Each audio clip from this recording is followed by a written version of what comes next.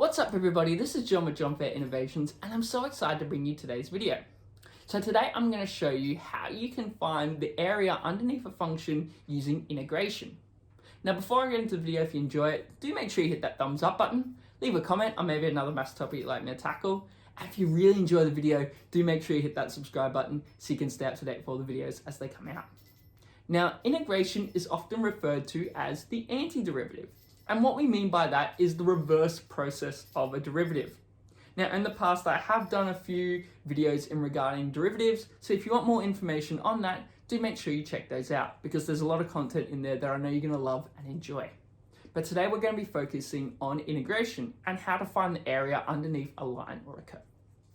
So let's take a function, for example. Let's take y equals negative 3x plus 6.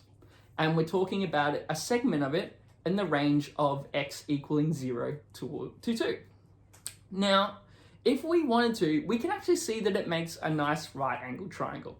And we could find the area of this simply using our formula of area equals half of a base times height. So we can find it first doing this, and that way then when we do our integration, we can confirm that we're getting the right answer. So our points are going to be 0, 0, 2, 0, and 0, 6. Well, we can see along the base, which is the x-axis, that it ranges from 0 to 2.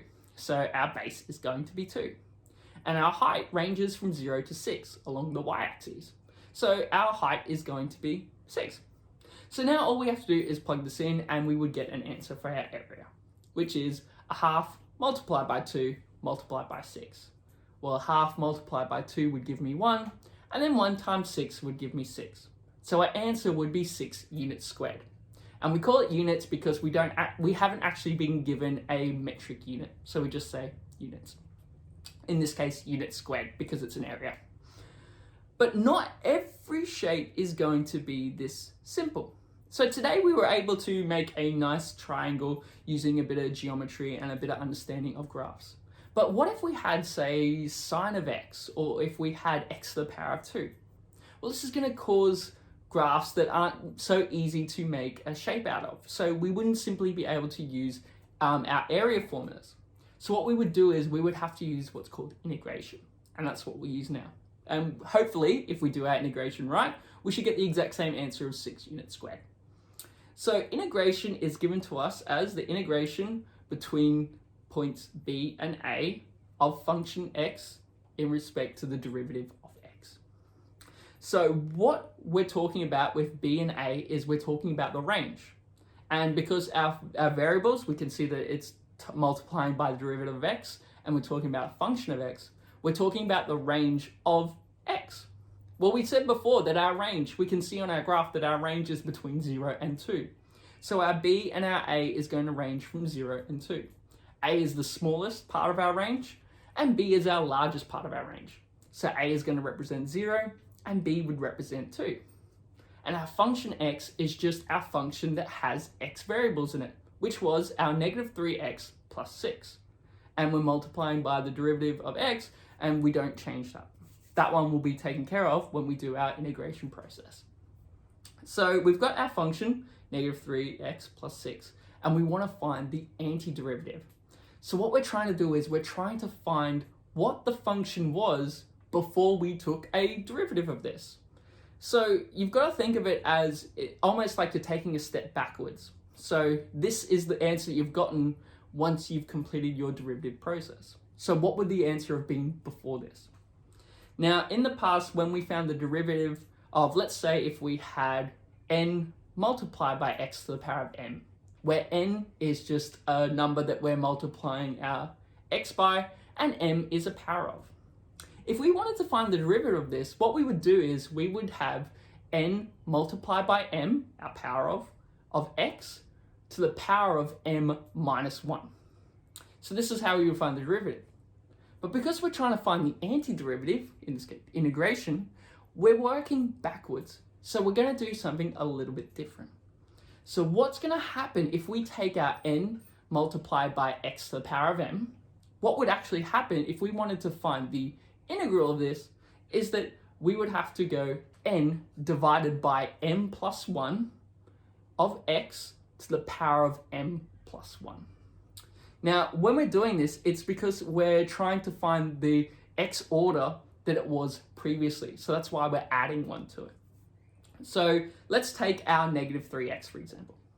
So n is going to be negative 3, because that's what we're multiplying our x value of. And our m is going to be 1, because in mathematics, if we have a variable without any power of next to it, it just means it's to the power of 1, because we don't bother writing that every single time. So now we can sub this into our integration formula, which was n divided by n plus 1 of x to the power of m plus 1. And what we get is negative 3 over 1 plus 1, because m was 1, so it's going to be 1 plus 1, of x to the power of 1 plus 1, because m, as I said, was 1.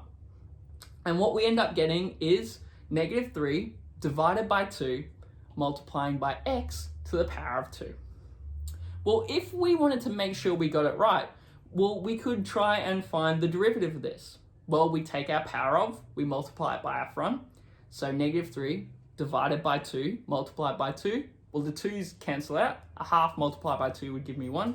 So that would leave me with the negative 3, which is what we started off with. And then when we take the derivative, we take our power of and we minus it by 1. So 2 minus 1 would give me 1.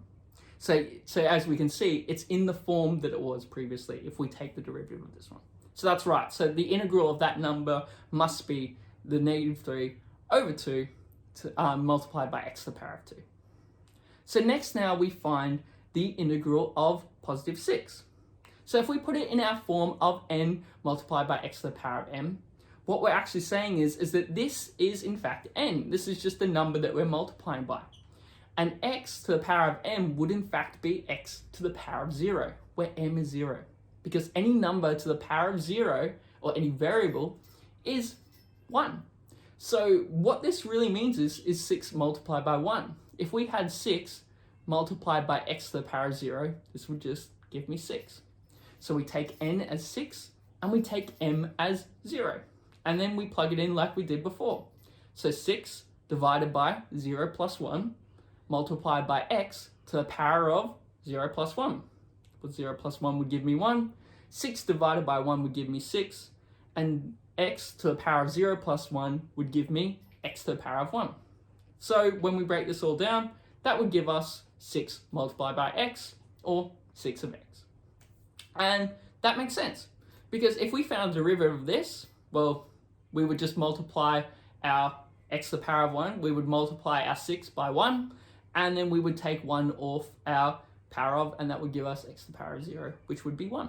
So again, this is right. We found the antiderivative of 6.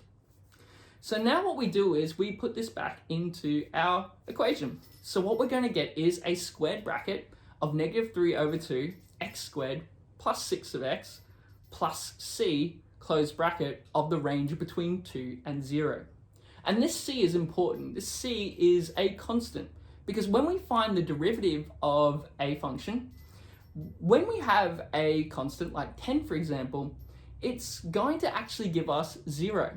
And because this process doesn't actually show what the constant was, because there's no way of telling whether we had a constant in the first place.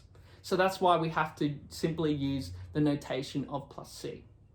Now, don't worry too much about that one today, because when we're finding unit integrals, what happens is that they actually cancel each other out. So we don't have to worry too much about that one. But just keep in mind that when you're finding your integral, that you may have had a constant in the original function. So all we do now is with this, we take our 2 and we sub it in, and we subtract it by a 0 when we sub it in for x. So if we do our first half of our integral equation, which was subbing in the 2, what we get is the negative 3 over 2 of 2 squared plus 6 times 2 plus c. Well, 2 times 2, or 2 squared, is going to give me 4. Minus 3 times 4 is going to give me 12. So that's going to be 12 over 2. And then if I look at 6 multiplied by 2, that's going to give me 12. So this first part is going to read as negative 12 over 2 plus 12 plus c. And now we're going to subtract it by when we sub in 0. So if we sub in negative 3 over 2 multiplied by 0 squared, well, anything multiplied by 0 is 0. So that one's going to be 0. Same for our next one. If we multiply 6 by 0, that's going to give me 0. And lastly, with C, we don't have an x to plug in, so we put x. And keep in mind that we're subtracting, so this is going to read now as negative C. And I don't have to bother with the zeros because if I add or subtract 0, it's not going to change the function. So this is now going to leave us with the equation reading negative 12 over 2 plus 12 plus C minus C. Well, plus C and minus C are going to cancel each other out. If they were, say, 5, for example, 5 minus 5 would give me 0. So it's the same thing with variables. If I have C minus C, that's also going to give me 0. So now I'm left with negative 12 over 2 plus 12. Well, negative 12 divided by 2 is going to give me negative 6. And then negative 6 plus 12 is going to give me, you guessed it, 6. So we're left with the answer of 6 units squared, which is what we got when we used our traditional formula of area equaling half of a base times height. Now, if we were trying to find the area of a triangle, you may not bother with this process. But as I said, when we're dealing with much more complicated functions like sine, like natural log of x, for example, like e to the power of x, you would in fact want to use integration because it's a lot simpler than trying to make shapes and trying to be able to use area formulas. Well, thank you so much for watching. Hopefully you enjoyed that. Hopefully now you can give integration a go yourself. Do have a little practice. Do make maybe a little triangle that you can verify yourself like we did originally and then see if you can find the integral of that. But always stay safe, be kind to one another, and I'll see you next time.